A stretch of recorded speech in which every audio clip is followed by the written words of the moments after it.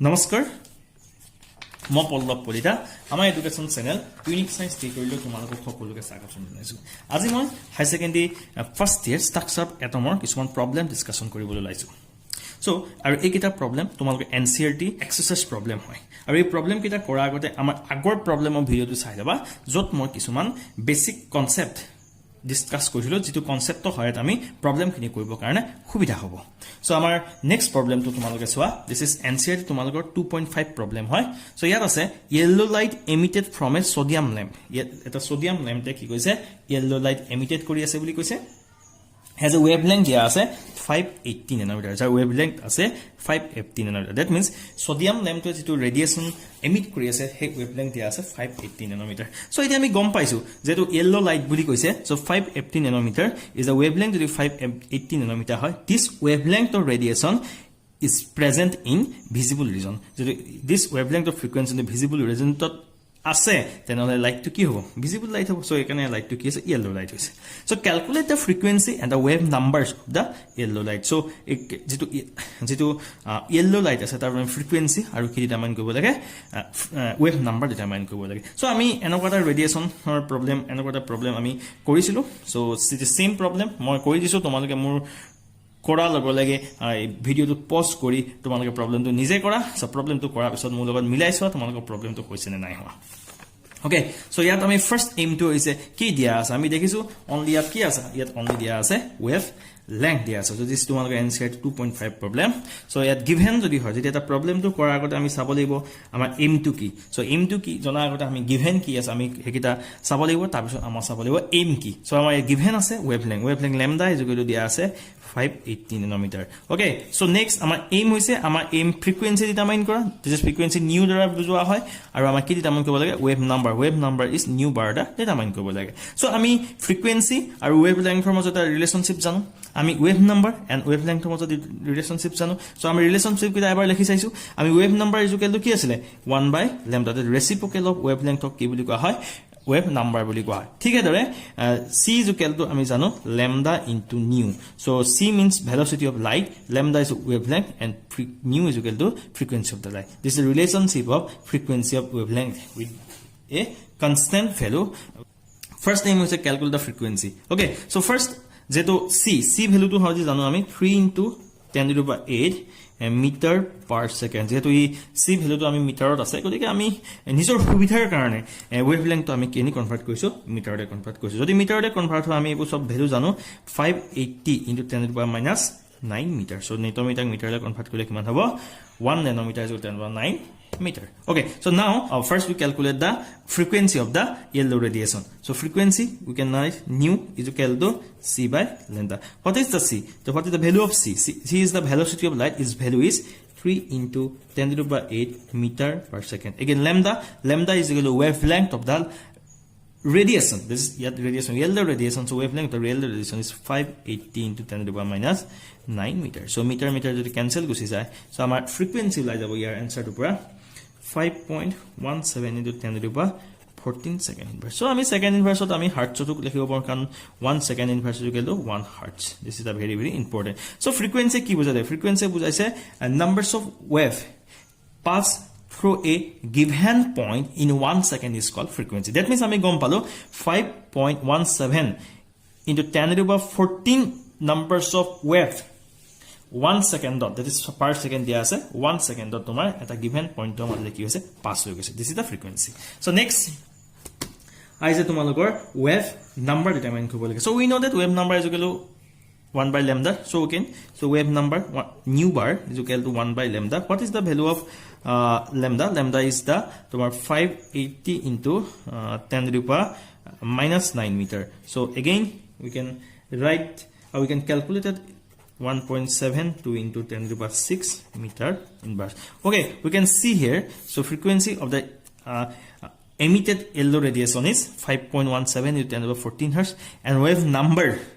is a reciprocal of wavelength so wave number of that radiation is 1.7 to 10 to the power 6 meter inverse this is your answer so again another tomorrow eta problem ase jeto NCERT tomorrow problem hoy so this problem is NCERT 2.7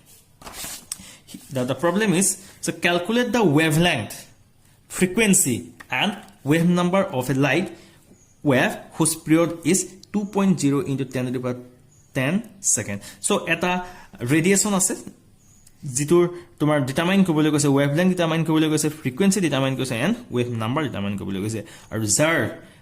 তোমাৰ light tour যি দিয়া আছে period দিয়া আছে that is time দিয়া আছে হে time তো আমি কিমান দিয়া আছে 2.0 to 10 to the power 10 second. So this value পৰা আমি কি গম পাম এই ভ্যালুটো আমি কি ডিটাৰমাইন কৰিছে এটো আমাক টাইম দিয়া আছে period দিয়া আছে so আমি জানো frequency unit পাইছিলো আমি second inverse circle per second or hertz. So that means আমি frequency to unit আছে হে frequency to সদায় কি হয় reciprocal of কি হয় time হয় যদি frequency unit to reciprocal of time হয় তেনে আমি এই period যেটো দিয়া আছে এই period wave to period দিয়া আছে 2.0 into 10 power minus 10 second. So ইয়াৰ পৰা আমি কি ডিটাৰমাইন কৰিব পাৰিম ইয়াৰ পৰা আমি frequency ডিটাৰমাইন কৰিব পাৰিম তেনে আমি কি লিখিব পাৰিম so frequency যদি সদায় unit to তোমাৰ second inverse it is time inverse হয় it is period inverse হয় তো আমি লিখিব পাৰিম so frequency is equal to 1 by কি হৈ যাব তোমাৰ period হৈ গল period means কি হয় period এ তোমাৰ এটা particular timer কথা কৈছে so that is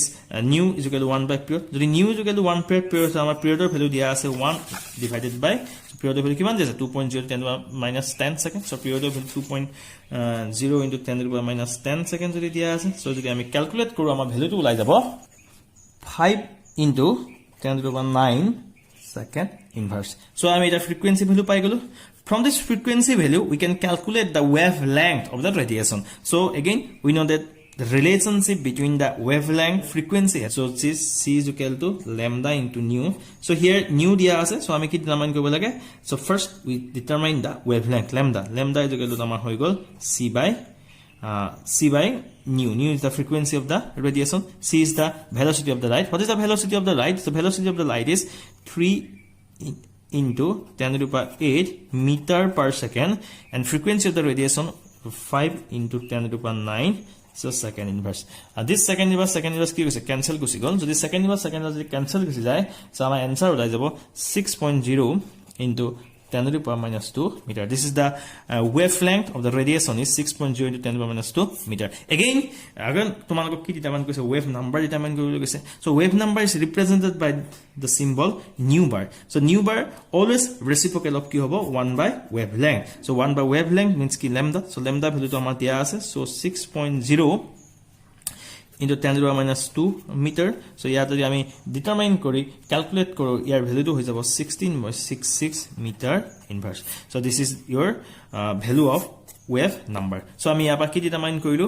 আমি frequency ডিটাৰমাইন কৰিলো this frequency is 5 into 10 to the 9 second inverse আমি wavelength ডিটাৰমাইন কৰিলো তাৰ ভ্যালু টো 6.0 to 10 to the minus 2 meter and we determine wave number so nu bar is equal to 16.66 meter inverse this is your answer তোমালোকক এটা মই problem কৰিবলৈ দিছো আমি আগত যিখিনি প্ৰবলেম কৰিছিলো তাৰ লগত একে এটা প্ৰবলেম কৰিবলৈ দিছো সো প্ৰবলেমটো কৰিবা আৰু কমেন্ট বক্সত মই এনসাৰটো দিবা এনসাৰটো কিমান হয় আৰু মই তোমালোকক কম এনসাৰটো শুদ্ধ হৈছে নে ভুল হৈছে আৰু এই প্ৰবলেমটো তোমালোক NCERT প্ৰবলেম হয় সো লেখা the wavelength of blue light is 480 nanometer wavelength to দিয়া আছে blue lighter সো ক্যালকুলেট কৰিবলৈ কৈছে the frequency ডিটাৰমাইন কৰিবলৈ কৈছে and কি ডিটাৰমাইন কৈছে wave number ডিটাৰমাইন কৰিবলৈ কৈছে of this blue light so আমাৰ কি ডিটাৰমাইন কৈছে frequency this is new and এখন কি দিম কৈছে নিউ বার সো নিউ বার জানিব কাৰণে আমাৰ কি আছে wavelength দিয়া আছে সো wavelength টো নেনোমিটাৰ পৰা আমি মিটাৰলৈ কনভাৰ্ট কৰিবা সো তাপা আমি কি লিখা এই ফৰ্মুলাটো হয় আমি কি ডিটাৰমাইন কৰিব পাৰিম new bar this wave number determine কৰিব পাৰিম again frequency ডিটাৰমাইন কৰিবলৈ ফৰ্মুলা আছে c by lambda so lambda is equal to wavelength c is equal to velocity of the light এইটা ভ্যালু বহাইলে আমি কি পাই যাম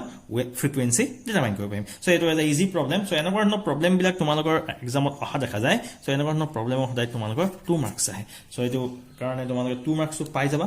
যদি কিবা ইয়াতো যদি কিবা যদি তোমালোকৰ কনফিউজ আছে আমাক কন্টাক্ট কৰিবা সো আমাৰ চেণ্টাৰ চাৰিখন তোমালোকক অশেষ ধন্যবাদ থাকিল আমাৰ চেনেল শ্বেয়াৰ কৰা সাবস্ক্ৰাইব কৰা থ্যাংক ইউ